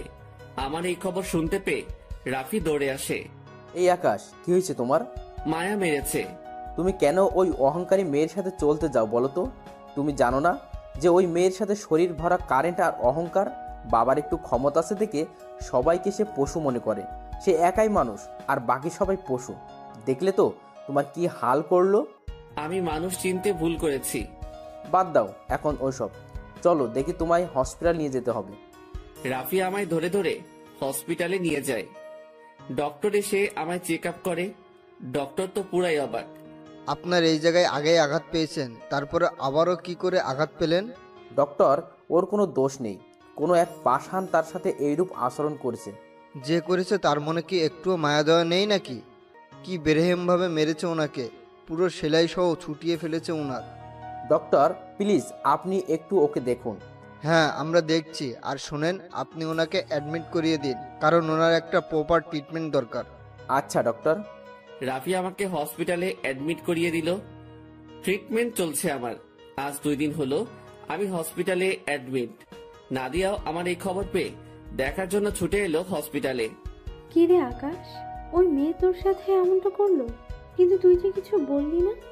তুই চাইলে তো সব কয়টাকে মেরে মাটিতে দাফন করে দিতে পারতি। নাদিয়া, আমি এসেছি মানুষ হতে। মারামারি করতে আসলে ঠিকই সব কয়টাকে জমের দুয়ারে পৌঁছে দিতাম, কিন্তু আমি সেসব করার জন্য আসিনি। এসেছি মানুষ হব, তাই পুরনো দিন আর সমস্ত কিছু এক সাইডে ফেলে রেখেছি। তা না হয় ঠিক আছে, কিন্তু মেয়েটাকে তো কিছু একটা করা উচিত ছিল তোর। আমার কিছুই করা উচিত ছিল না, কারণ উপরওয়ালা বলতে কেউ আছেন, তিনি সময়ে সঠিক বিচার করে দিবেন। তুই আসলে অনেক পাল্টে গেছিস আকাশ। থাক, বাদ দে এখন ওসব কথা। আচ্ছা। তারপর নাদিয়ার সাথে অনেকটা সময় কথা বললাম। সে আজ সারাটা দিন ধরতে গেলে হসপিটালেই ছিল। রাফিও আমার সাথে অনেকটা সময় কাটায়, কিন্তু নাদিয়া যখন ছিল তখন সে ছিল না। এইভাবে সপ্তাহখানিক কেটে গেল। রাফি আমার দেখাশোনায় কোনো কমতি রাখেনি। এদিকে নাদিয়াও আমার দেখাশোনার জন্য হসপিটালে চলে আসতো। আমি নাদিয়ার সাথে রাফির পরিচয় করিয়ে দিলাম। 3 জনের মাঝে বেশ একটা বন্ধুত্ব হয়ে গেল। আমি রাফিকে আমার সম্পর্কে কিছু বলতে না করেছি নাদিয়াকে, সেও আমার বিষয় লুকিয়ে যায়। আলহামদুলিল্লাহ, কিছুদিনের মাথায় সেরে উঠি আমি। 2 সপ্তাহের মাথায় ডক্টর আমাকে হসপিটাল থেকে রিলিজ করে দেয়। পরের দিন থেকে আবার কলেজ শুরু করি। সুস্থ হয়ে প্রথম দিন কলেজে গিয়ে ক্লাস শেষ করি, কিন্তু মায়াকে আজ ক্লাসে দেখিনি। থাক, না আসলে না আসুক, মন থেকে সমস্ত কিছু মুছে ফেলেছি তাকে নিয়ে। ক্লাস শেষ করে আমি, রাফি আর নাদিয়া একত্রে হয়ে আড্ডা দিচ্ছিলাম। হঠাৎই পিছন থেকে মায়া এসে ডাক দেয়। কিরে ছোট লোক, আমি তো ভেবেছি তুই মার খেয়ে কলেজ ছেড়ে পালিয়েছিস, কিন্তু এখন দেখি তুই সুস্থ হয়ে ফিরেও এসেছিস। শুধু তাই নয়, বন্ধুও জুটিয়ে ফেলেছিস 2 জন। আমি মায়ার কথায় পাত্তা না দিয়ে আমাদের মতন কথা বলতে থাকলাম আমরা। কিরে, কথা কানে যাচ্ছে না তোর আমার কথা? দেখুন, আপনার সাথে আমাদের কোনো কিছুই নেই, সো নিজের মতো থাকবেন আর আমাকে আমাদের মতন থাকতে দিন। বাহ, মুখে বুলি ফুটেছে দেখি তোর। না, আবার মার খাওয়ার ইচ্ছে হয়েছে? ধমকিগুলো অন্য কোথাও গিয়ে দিন। এখন আর আপনার ধমকি আমার উপরে কাজে আসবে না। সো চলে যান এখান থেকে। না, তোকে দেখছি আবার গেলাতে হবে। দাঁড়া, আবার তোকে টাইট দেওয়ার ব্যবস্থা করছি। সে ফোন করে সেদিনের ছেলেগুলোকে আবার ডেকে আনে। তখনই নাদিয়া তাদের সামনে রুখে দাঁড়ায়। আকাশের গায়ে যদি আর একটা টোকাও লাগে তাহলে কিন্তু সব কয়টার অবস্থা আমি খারাপ করে দিব। মাথায় রেখো, আমার বাবারও কিন্তু ক্ষমতা কম নেই। সব কয়টার পিঠের ছাল আমি তুলে দিব। নাদিয়ার কথা শুনে ছেলেগুলো ভয়ে চলে যায়, কিন্তু মায়া রেগে যায় নাদিয়ার উপরে। বেয়াদব মেয়ে, তুই আমায় আটকাতে আসছিস? শোনো মেয়ে, তোমার জাদু সবার উপরে খাটবে না, সো আমাকে এসব দেখাতে এসো না। এবার তো খালি হাত ধরলাম, পরের বার সেটা ভেঙে ফেলবো সোজা। তুই আমার মুখের উপরে কথা বলিস? দাঁড়া, বাবাকে বলে তোদের ব্যবস্থা করছি। মায়া রেগে মেগে সেখান থেকে চলে যায়। এদিকে নাদিয়ার কাণ্ড দেখে আমি তো হাসতে হাসতে পুরো শেষ। বাপরে বাপ, নাদিয়া তুইও দেখি অনেক ডেঞ্জারাস। তা একটু একটু হতে হয়, না হয় চলে না। অনেকটা সময় আড্ডা দিলাম এভাবে তিনজন মিলে। তারপর সেখান থেকে উঠে চলে এলাম বাসায় যাওয়ার জন্য। বাসার পথ ধরে হাঁটছি, হঠাৎই পুলিশের গাড়ি একটা সামনে দাঁড় করালো আমার। তারপর জোর করে ধরে থানায় নিয়ে গেল তারা আমাকে। না, এসব অত্যাচার আর সহ্য হয় না। আমি জায়গা বরাবর একটা মেসেজ করে দিয়েছি। তারা আমায় ধরে নিয়ে এসে লকআপে ঢুকিয়ে দিল। তারপর অফিসার একজন এসে আমায় বলছে, কিরে, ওসি স্যারের মেয়ের সাথে নাকি বেয়াদবি করেছিস তুই? তিনার মেয়ে আমাকে ফোন করেছে। সাহস অনেক বেড়েছে তোর। তোকে আজকে জন্মের মতো শিক্ষা দিয়ে ছাড়বো। এরপর আর কখনো স্যারের মেয়ের সাথে বেয়াদবি করার কথাও মাথায় আনবি না। অফিসারের কথা শুনে চরম হাসি আসছে। সে জানে না একটু পর কি ঘটতে চলেছে। স্যার, আপনি আমার কিছুই করতে পারবেন না, সেই শক্তি আপনার নেই। কি, তুই আমার সাথেও বেয়াদবি করছিস? না, তোর তো কিছু একটা করতেই হবে। বলে টেবিলের উপর থেকে রোলারটা নিয়ে আসে। তারপর সেটা দিয়ে আকাশকে মারতে ধরে। যখনই অফিসার রোলার দিয়ে আকাশকে মারতে যাবে তখনই পুরো থানা সহ কেঁপে ওঠে। থানার সকলেই ভয় পেয়ে যায়। পুলিশ কয়েকজন তাড়াতাড়ি থানা থেকে দৌড়ে বের হয় কি হয়েছে সেটা দেখার জন্য। তারা থানা থেকে বের হতেই দেখে কয়েক শতাধিক ছেলে পেলে থানার সামনে লাঠি ছোটা নিয়ে দাঁড়িয়ে আছে। এই অবস্থা দেখে থানার পুলিশগুলো হতভম্ব হয়ে যায়। থরথর করে কাঁপতে শুরু করে সবাই। কারোর ভিতরে যেন আর প্রাণ নেই, মূর্তির মতন দাঁড়িয়ে আছে সবাই। তখনই ছেলেপেলেগুলো চেঁচিয়ে ওঠে, এই তোরা আকাশ ভাইরে কোন সাহসে এনে লকারে ঢুকিয়েছিস? ভাই, আমরা কিছুই জানি না। বড় স্যার ছেলেটাকে ধরে আনতে বলেছে। ওকে দাঁড়া, তোর বড় স্যারকে কানের পট্টি গরম করছি। ছেলেপেলে সবাই হুড়হুড় করে থানার ভিতরে ঢুকে যায়। যে অফিসার আকাশকে ধরে এনেছে সে তো পুরো ভয়ে শেষ, কারণ এত ছেলেপেলে একসাথে এসেছে যে তারা থুতু ফেললেও থানাবাসী ভেসে যাবে। এই বেটা, কি সমস্যা তোর? তুই আকাশ ভাইকে কেন ধরে এনেছিস? বলেই কলার ধরে ফেলে। ভাই, সে বড় স্যারের মেয়ের সাথে নাকি অসভ্যতামো করেছে, তাই স্যারের মেয়ে আমাকে রিপোর্ট করায় আমি তাকে ধরে আনি। আর তাছাড়াও ওসি স্যার ফোন করে ওকে ধরে আনতে বলে। অফিসারের কথা শুনে ছেলেপেলে এবার পুরো ক্ষিপ্ত হয়ে যায়। এই বেটা, কাকে তুই তাঙারি করে সম্বোধন করছিস? বলেই ঠাস ঠাস করে কয়েকটা থাপ্পড় বসিয়ে দেয়। তুই জানিস জানোয়ারের বাচ্চা সে কে? আর ভাই কোনোদিন অমন বাজে কাজ করবেও না। তারপরেও ভাইকে তোরা ধরে কেন আনলি বল? উড়াধুরা মাইর শুরু করে অফিসারকে। ভাই প্লিজ, আমার ভুল হয়ে গেছে। আমি উনাকে এখনই ছেড়ে দিচ্ছি। প্লিজ আপনারা আমাকে আর মারিয়েন না। যা, তাড়াতাড়ি ভাইকে লকার থেকে বের কর, না হয় এখানে জ্যান্ত পুঁতে দিব তোরে। থানার বাকি সকলেই থ হয়ে তাকিয়ে আছে ছেলেপেলের দিকে। কেউ ভয়ে কোনো কথা বলছে না। জানে এখন যদি একটা টু শব্দ করে কেউ তাহলে প্রাণ হারাতে হবে, কারণ ছেলেপেলে সবাই মারামারির উদ্দেশ্য নিয়ে এসেছে। সবার হাতে লাঠি সোটা। অন্যদিকে অফিসার দৌড়ে গিয়ে আকাশকে লকআপ থেকে ছেড়ে দেয়। ভাই, আমার ভুল হয়ে গেছে। আমি সত্যি আপনার সম্পর্কে না জেনে আপনাকে লকআপে ভরেছি। প্লিজ আমাকে মাফ করে দেন। শোন, একটা কথা বলি, আমি যদি তোদের মতন ক্ষমতা দেখাতে শুরু করি তাহলে তোরা রোজ এসে আমার পা চাটবি, কিন্তু আমার ওসব করার কোনো ইচ্ছেই নেই। আর আমার কোনো দোষে যদি তোরা আমায় ধরে এনে শাস্তি দিতি তাহলে একটা ছেলেও থানায় আসতো না। আমি চুপচাপ থানার ভিতরে মায়ের খেয়ে পড়ে থাকতাম। কিন্তু তোরা আমাকে বিনা দোষে ধরে এনে লকআপে আটকেছিস। তাই একটু কড়া হতে হলো আমাকে। ভাই আমার ভুল হয়ে গেছে, প্লিজ ভাই আমাকে মাফ করে দেন। আপনি হয়তো অনেক বড় মাপের লোক, না হয়তো এত ছেলেপেলে কখনোই আসতো না আপনাকে ছুটানোর জন্য। আমি সত্যিই আপনার সম্পর্কে না জেনে এমনটা করেছি, তার জন্য পুরো জোর ক্ষমা চাচ্ছি। হয়েছে, থাক। এই তোরা সবাই চল, এখানে আর কোনো ধরনের হাঙ্গামা করিস না। আচ্ছা ভাই। আকাশের কথা মতন সবাই বের হয়ে গেল, সাথে আকাশও বের হয়ে গেল। আর কোনো হাঙ্গামাই করলো না তারা। আকাশের এক কথায় সবাই যেন শান্ত হয়ে গেছে। আকাশের কথা শুনে সবাই সবার মতন চলে যায়।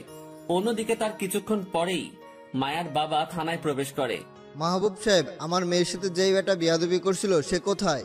স্যার ছেড়ে দিয়েছি ওনাকে আমরা। কি? কোন সাহসে ওই ছেলেকে আপনি ছেড়েছেন? স্যার ওই ছেলেকে ছুটিয়ে নিয়ে যাওয়ার জন্য অনেক ছেলেপেলে থানায় এসেছিল, পরে আমরা তাকে ছেড়ে দেই। মাহবুব সাহেব, আপনার মাথায় কি কোনো সমস্যা আছে কোনো? আপনি ওই ছেলেকে ছাড়লেন কেন? ছেলেপিলে আসলেই কি আসামিকে ছেড়ে দিবেন আপনি?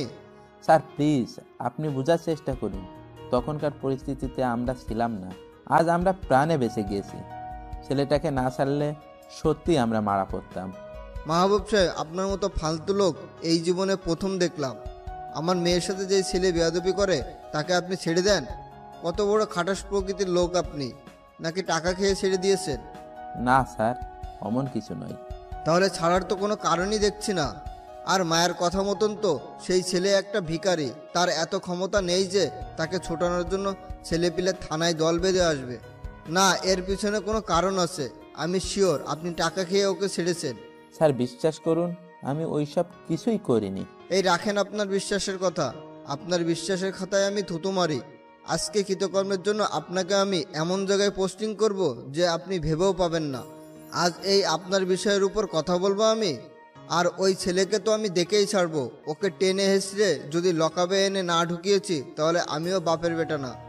মায়ার বাবার কথা শুনে মাহবুব সাহেব চুপ করে আছেন। এদিকে আকাশ বাড়ি পৌঁছে যায়। ঝামেলা শেষ করে বাড়িতে এসে শুয়ে পড়েছি। আজ খাওয়া দাওয়া করার কোনো ইচ্ছেই নেই, কারণ বেঈমান কথা খুব করে মনে পড়েছে।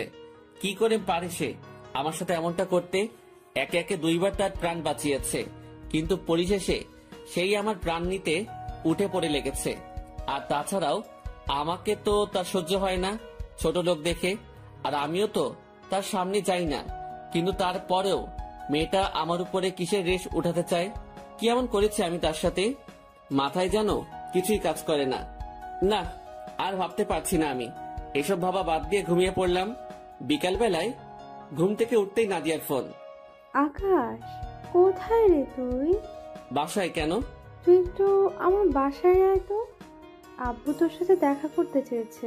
আমি আব্বুকে জানিয়েছি যে তুই আমার কলেজে পড়িস, সো তিনি তোর সাথে দেখা করতে চেয়েছে। আচ্ছা ঠিক আছে, কিন্তু আমি তো তোর বাসা চিনি না। সমস্যা নেই, আমি ঠিকানা ইনবক্স করছি, তুই চলে আয়। আচ্ছা। তারপর ফ্রেশ হয়ে নাদিয়ার দেওয়া ঠিকানা মতন ওর বাড়িতে চলে গেলাম। গিয়ে ওর আব্বুর সাথে দেখা করলাম। উনি আমাকে অনেক আগে থেকেই চিনেন। শুধু আমাকেই নয়, আমার পুরো পরিবারকেই চিনেন। বাবা কেমন আছো? জি আঙ্কেল, ভালো। আপনি?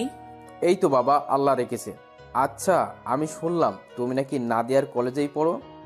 জি আঙ্কেল। যাক, তাহলে ভালো হয়েছে। শোনো, তোমায় ডেকেছি বিশেষ একটা কারণে।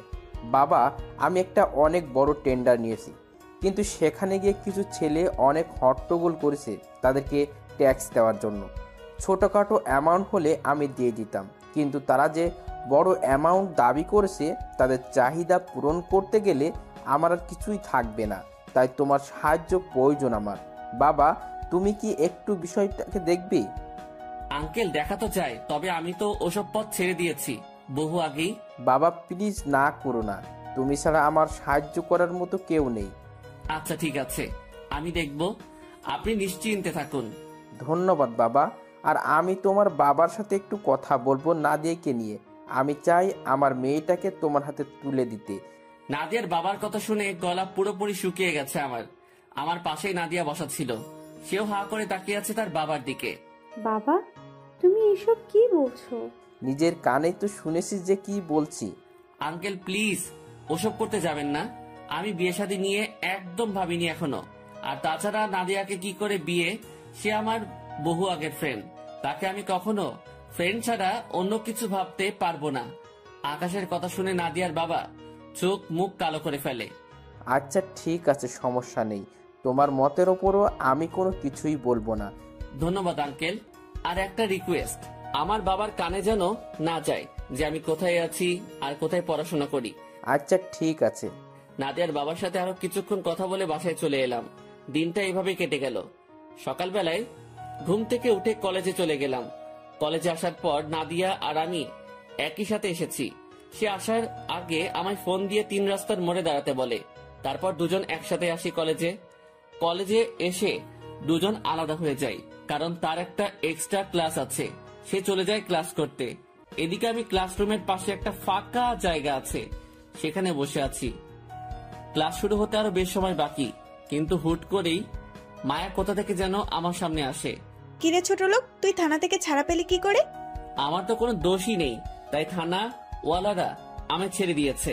তোর দোষ নেই কি আছে সেটা তুই পরে টের পাবি। আর আমি শুনেছি তোকে নাকি ছেলে পেলে গিয়ে ছুটিয়ে এনেছে থানা থেকে। কিসের এত ছেলে পেলে তোর? আমার তো মনে হয় ওইসব ছেলে পেলে তোর সাথে এই বস্তিতেই থাকে। শোন, ওইসব বস্তির ছেলে পেলে তোকে আমার বাবার হাত থেকে বাঁচাতে পারবে না। তুই অপেক্ষা কর খালি। আজ বাবা তোকে এসে সকলের সামনে ঘাত ধরে টেনে হিস্ট্রি নিয়ে গিয়ে লকাপে ঢুকাবে। আচ্ছা ঠিক আছে, আমিও তিনার জন্য অপেক্ষা করব। তারপর মায়া মুখ বাঁকিয়ে চলে গেল। আমি চুপচাপ সেখানে বসে আছি। একটু পর ক্লাসের ঘন্টা দিল। আর সাথে সাথে দৌড়ে ক্লাসে চলে গেলাম। রাফি আজ দেরি করে এসেছে, তাই আমার পাশে সিট পাইনি। একটু দূরেই বসেছে সে আমার। এদিকে স্যার ক্লাস করাচ্ছে, আমি স্যারের লেকচার মন লাগিয়ে শুনছি। ঠিক তখনই হুট করে কয়েকজন পুলিশ ক্লাসরুমের মধ্যে ঢুকে পড়ে। তারপর তারা আমাকে টানতে টানতে ক্লাসরুম থেকে বাহিরে নিয়ে যায়। পুরো ক্লাসে একটা হট্টগোলের রোল পড়ে যায়। স্যার ক্লাস করানো অফ করে দেয়। সবাই পুলিশগুলোর দিকে তাকিয়ে আছে। এদিকে আমাকে বাহিরে নিয়ে যেতে দেখলাম একটা পুলিশের গাড়ি দাঁড় করানো। মায়া, এই ছেলেটা নাকি? হ্যাঁ বাবা, এই ছেলেটা। মায়ের কথা শুনে বুঝতে বাকি রইল না যে তার সাথে দাঁড়িয়ে থাকা লোকটা তার বাবা। আমার দোষটা কি? তুই আমার মেয়ের সাথে বেয়াদবি করেছিস, আমার মেয়ের উপরে নাকি কথা বলেছিস, সেটাই তোর দোষ। স্যার বেয়াদবি তো আমি করিনি, তবে মুখের উপরে কথা বলেছি। কিন্তু এটার জন্য যে জেল হাজত হয় তা জানা ছিল না। বেয়াদব ছেলে, তুই তো দেখি মুখের উপরে কথা বলিস। ঠাস করে একটা থাপ্পড় লাগিয়ে দেয় আকাশের গালে। এই বেটাকে ধরে নিয়ে গাড়িতে ঢোকা, বেটাকে আজকে অনেক কিছু বোঝানোর আছে। মায়ের বাবার কথা মতন পুলিশের গুলা আমায় ধরে নিয়ে গাড়িতে বসালো। আমি মনে মনে বলছি, এই থাপ্পড় তোর জন্য কাল জম হয়ে দাঁড়াবে। এ কথা বলতে না বলতেই এমপি গাড়ি হাজির। এমপি সাহেবের গাড়ি থেকে নেমেই মায়ের বাবার গলা ধরে ফেললো। এই চামচার বাচ্চা, তোর কত বড় সাহস যে তুই এই ছেলের গায়ে হাত দিয়েছিস? স্যার, সে আমার মেয়ের সাথে বেয়াদবি করেছে। তোর বেয়াদবির গুষ্টি মারে। পা থেকে জুতা খুলে মায়ের বাবার মুখে ঠাস ঠাস করে অনেকটা বাড়ি লাগিয়ে দেয়। এমপির কাণ্ড দেখে সবাই হা করে তাকিয়ে আছে তিনার দিকে। সবকিছু যেন মাথার উপর দিয়ে গেল সবার। সামান্য একটা ছেলেকে আটক করার কারণে এমপি এসে পুলিশ অফিসারকে জুতা দিয়ে মারছে। এ যেন এক ভয়ঙ্কর ব্যাপার ঘটে গেল। এমপি পুরো রেগে মেগে আগুন। এই জানোয়ার, তোদের কথা কি কানে যায়নি?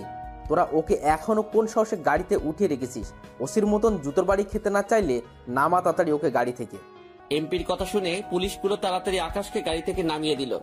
গাড়ি থেকে নামানোর সাথে সাথেই এমপি দৌড়ে এসে আকাশের হাত চেপে ধরে। ভাই, ওসির ভুল হয়ে গেছে, প্লিজ ওসিকে মাফ করে দেন। ওর হয়ে আমি ক্ষমা চাচ্ছি আপনার কাছে। ক্ষমা টমা আমি বুঝি না, আর আমি এসব হাঙ্গামাটাতেও নেই। সো তাড়াতাড়ি সবাই এখান থেকে গাড়িটি গোল করে পালান। আমি 1 থেকে 3 গুণার আগে যেন পুরো কলেজ ফাঁকা হয়ে যায়। আকাশ 1 থেকে 3 গুণার আগেই এমপি আর ওসি দুটোই সেখান থেকে হাওয়া হয়ে যায়। এবার যেন সবাই বিস্ময় খেয়ে যায়। কে এই ছেলে যার কথায় এমপি পর্যন্ত জায়গা ত্যাগ করলো? পাশেই মায়া দাঁড়িয়েছিল। সে চোখ বড় বড় করে আকাশের দিকে তাকিয়ে আছে। মনে হয় যেন তার চোখের সামনে আজরাইল দাঁড়িয়ে আছে।